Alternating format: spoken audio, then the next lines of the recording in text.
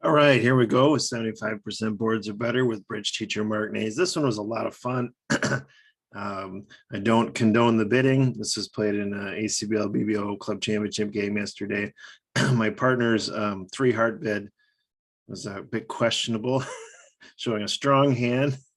And um, my partner did not have that. So I'm like, oh, if they have a really strong hand, I really do have spade stop. So I went ahead and bid 3 no trump. So we're the only ones in the field in 3 no trump. And actually one pair was in 1 no making threes, and I got the second highest board. This was 100% board. But I just want to go through it because it was a lot of fun. I will admit I did get some help, but I kept trying to confuse them to allow them to help me. I knew I needed a lot of help to make this. So here we go. We get the lead of the 10 of spades, and that's kind of a key card. My partner has the 8, all right? And so I know that this south hand has the king and the jack. So basically, my ace, queen, 9 has now become a source of tricks. I can't obviously do it myself because that's only the singleton over here.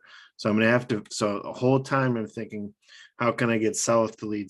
I have to get them to be leading at some point in time so I can get my additional spade tricks. So the 10, the 8, I let this one go so I can set up that I have this king jack, that I have 3 tricks in the spade suit at some point in time, or at least I'm hoping. All right. So they lead a spade again. And here's our first spade trick. All right. I know the king, and the 6 and the 4 are over here. I guess the 2, I don't know, but I know that these two have this king trapped if I can get south to lead spades at some point in time. They know it as well. So they're not looking to lead spades. But all right. So anyway, so I come out. So I'm looking at where am I going to try to get my tricks. I've got a couple of finesses available in diamonds and clubs. And I'm missing the ace, king of hearts, but hearts aren't horrible. I prefer they lead hearts because we don't have the 10 of hearts. But I don't think I had that option. That worked later if I remember right. So I go here, I win the finesse. That's great news. Okay. However, again, I don't have the 10. So I hope that the king of diamonds is a doubleton over here.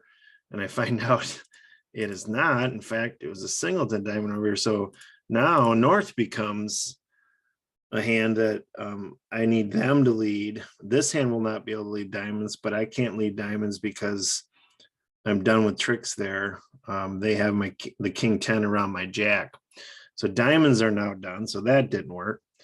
So this next play that I go to, they don't know the layout of the club suit. And now I'm leaning towards, this hand has the majority of the points. So I'm thinking they have the king of clubs. So I'm planning that this finesse is going to lose. So what I do is I lead low from here. This hand does not know where the jack is. So what they do is they go up with the king of clubs. And that helps me to set up another trick in the club suit. So now the clubs are solid and they don't want to lead clubs. They don't want to lead spades. So they switch to hearts, which is what I needed. I need somebody else to lead hearts, the opponents to lead hearts, and they did. So now I'm going to be able to get a heart trick. North continues with hearts. South decides to let this one go. So I win my heart trick, my additional heart trick here. And I don't know the layout for sure. I'm guessing this hand has the king of hearts again, based on points. And this hand didn't lead it back. But I come here now, I cash my clubs. And they had pitched a club, try to keep all these spades. So now this 8 of clubs is now good. So these were all a lot of key cards this time, the 8s, the 9s, the 10s. So the 8 of clubs sets up. And remember, I can't lead diamonds. So now I'm hoping that this hand has the king of hearts. And they do. So now they have to lead spades to me. They lead the 6. So I can win with a 9. And I win with the king and win with the ace. Defense, because you don't know what's going on, you can, inadvertently help the opponents. And that's exactly what they did here. A couple, they switched suits. They took different cards, but I was able to take advantage of that. They didn't know where everything was. And I think it was key to hold off on the first spade and then try everything I possibly could. And eventually enough worked for 100% board. Again, it was a lot of fun.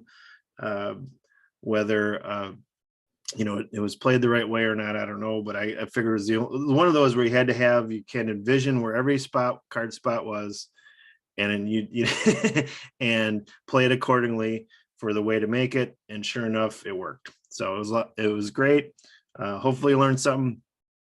Take all your chances, allow the opponents to help you. And sometimes these types of things will be handed into your lap to give you a top board, and be sure to take advantage of it. And anyway, have a good one. Enjoy the game, and we'll see you next time.